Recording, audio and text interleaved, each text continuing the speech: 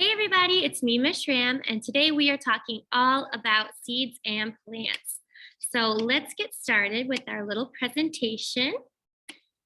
And here we go. All right, so at the end of my part of the field trip, you'll be able to examine evidence that plants have basic needs such as water, nutrients, sunlight, and space. And we are going to start with seeds today. So our essential questions today are, do non-living things reproduce? And what is a seed? And I have some examples of seeds on the left, and we're going to see some real life examples too. But seeds come in all different shapes and sizes and colors. But first, let's talk about that non-living things reproducing. We know that living things reproduce. We were babies once. We have baby animals, maybe kitties and doggies. Maybe your classroom is going to hatch butterflies. And we also know that plants reproduce and they use seeds. We'll talk more about that in a minute. But do non-living things reproduce? If you leave a chair in the room, are you going to get a baby chair? No. Or do teddy bears have babies? No. Do cars have babies? No. Non-living things do not reproduce. They do not make more. Living things do reproduce. So we're going to talk about how plants reproduce, and that is through seeds. So what is a seed? Seeds are the small parts produced by plants from which new plants can grow. So as a plant goes through its life cycle, it creates seeds that can drop and fall onto the soil. When rain comes, they grow into a new plant so that next year there's more plants.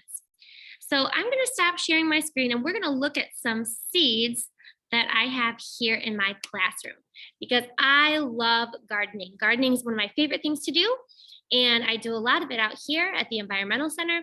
And so I have a ton of seeds. So I've got a huge seed collection, all different kinds of plants. We can grow flowers, we can grow vegetables, herbs, all sorts of crazy things. So I wanted to show you some sunflower seeds because sunflower seeds are nice and big. They're easy for little hands to plant, and they're so beautiful when they grow. So I'm going to take a few out so you could see. Now, it's not really the time to plant sunflower seeds. Sunflowers love summer, and even though it felt pretty warm the other day, it's going to get kind of chilly this weekend, and it's already kind of cold out now. So we're going to see, hopefully after spring break, that's a good time to start putting plants outside. But for now, we can start planting some things inside. So I've got my sunflower seeds here. I also have different wildflower mixes. These are ones that I would want to take outside and sprinkle right on the ground. So I'm not going to put them in a little pot and then bring them out. But something I will start in pots inside, and now is a great time to start while it's still cold out, is tomatoes and peppers. So I really like cherry tomatoes because they're a great snack. They're healthy, and you just pop them in your mouth like a grape. So I'm going to plant some of these today, and y'all are going to help me. And we actually offer seeds and little pots and soil here at the Environmental Center if your teacher orders them from the Living Materials Center. So I'm going to use some of those same tools, and we are going to plant a few seeds. So we have these little peat pots, and they're small. They are biodegradable, and we ship these off to schools through the Living Materials Center. But also, if you use a toilet paper roll, you can fold the bottoms in, and it makes a similar little thing. So all we're going to use is potting soil, which, like I said, you can get from us, or you can get at the store if you want to do this at home with your grown-ups. And all I'm going to do is, see, I'm just going to scoop a little bit. And it doesn't have to be totally full, but for the sake of showing you, I'm going to get it mostly full. Okay, so there we go. Then I'm going to get my seeds. So what did I say? I was going to do cherry tomatoes. Oh yeah, they look pretty good. Maybe I'll even stick them in a salad. Let's see. Oh my God. Oh, there we go. Ah! Okay, so that's a lot of seeds.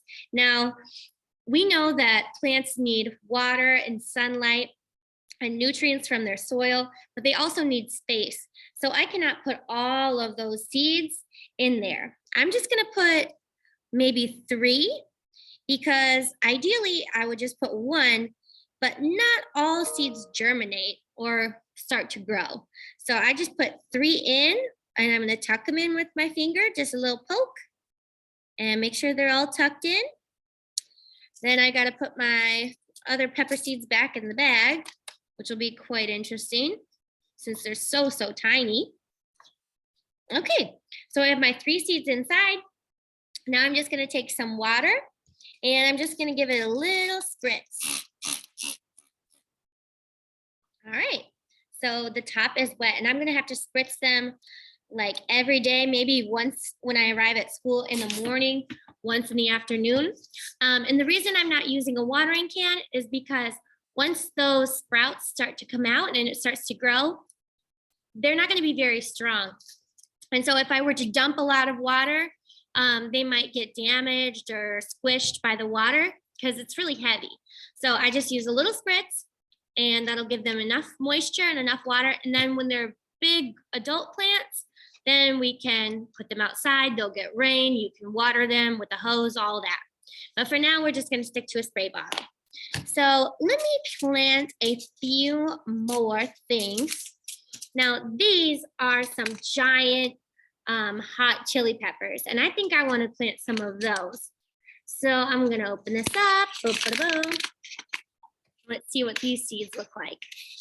Okay, you can see the cherry tomatoes were small, and these pepper seeds are small too, but not quite as little. So these are a little larger.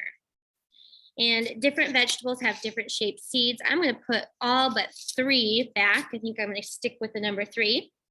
Now I'm going to take another peat pot and scoop, fill it mostly right up.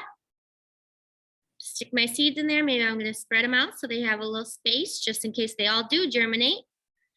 And then I'm going to tuck them in. And then what comes next? Couple spritzes, make sure it's moist, and then we wait. All right, so different seeds take a different amount of time to grow. So you can have your grown-ups help you and see how long it will take. Those cherry tomatoes will take about 2 weeks to germinate. So that means it's 2 weeks until I see the seed starting to grow and sprout out. And same for the chili peppers. So those will take about 2 weeks before I will see them growing. So I have to be very patient, which is really hard, but I'm just gonna have to keep watering them and keep waiting. And then soon enough, I'll have new baby plants. So one thing I did forget, which is like so bananas, is I forgot to write on the side what I planted. So now I'm gonna have to wait and see which one is which when it starts to grow. And luckily I've grown a lot of vegetables before, so hopefully I'll be able to tell quite quickly. But if you do this, make sure you write on the peat pots to say what you're planting or whatever you use as your seed starters. Make sure you label what's going on in there. And you can even use a popsicle stick with writing on it and stick it in the soil next to it, just so you know what you're growing, and then you can expect when it's going to pop out and everything like that. So that is all I have for you today. Thank you so much for joining me. I can't wait to see you next time. Bye-bye.